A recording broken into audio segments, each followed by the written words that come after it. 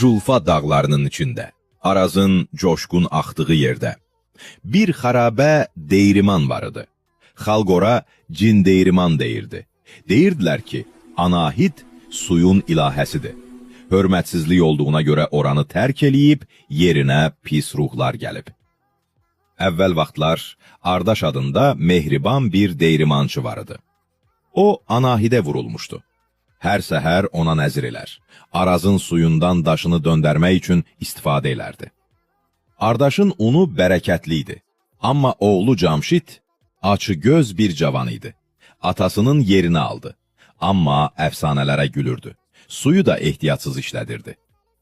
Soyuq bir gecə idi. Camşid tək deyrimandaydı. Birdən işıqlar söndü. Divarda uzun bir kölgə peyda oldu. Səfsiyil, xarabanın cinbaşı, onun qarşısında göründü. Atan nəzir gətirirdi, sən isə ancaq alırsan, deyə səsi quru yarpaq xışıltısı kimi eşidildi. Deyriman daşı öz-özünə döndü. Buğdalar qapqara külə çevrildi.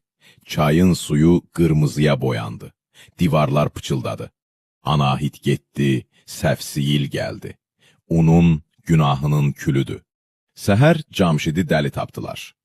Ömrünün axırına kimi deyirdi, unlar kül olur. Amma dumanlı gecələrdə hələ də deyriman daşının səsi və səfsiyilin gülüşü eşidilir. Anahidin kölgəsi çayın qırağında ağlayır. Kim cəsarət edib ora yaxınlaşsa, görür ki, buğdası lənətli külə çevrilib.